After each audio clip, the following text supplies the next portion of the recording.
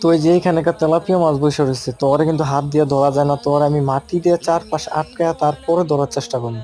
তো মাটি দিয়ে আটকাইতেছি চারপাশ, দেখেন আগে চারপাশ মাটি দিয়ে আটকামো, ওরা চারিপাশ দিয়ে আটকায় তারপরে হাত দিয়ে ধরবো। কারণ এইভাবে হাত দিলে ওরা অনেক স্পিড, হাত দেওয়ার আগে ওরা চলে যায়। তো ওরা আমি আটকাইতেছি, আটকায় দইরা তারপরে দেখাই। তো আটকাইছি, এবার ভিতরে হাত দেওয়ার পালা। এই যে দেখছেন, হাত দিছে লাফ মারছে। তো এই দেখেন, বেশি বড় না, ছোট, বাট আপনারা দেখানোর জন্য শুধু ধরছি।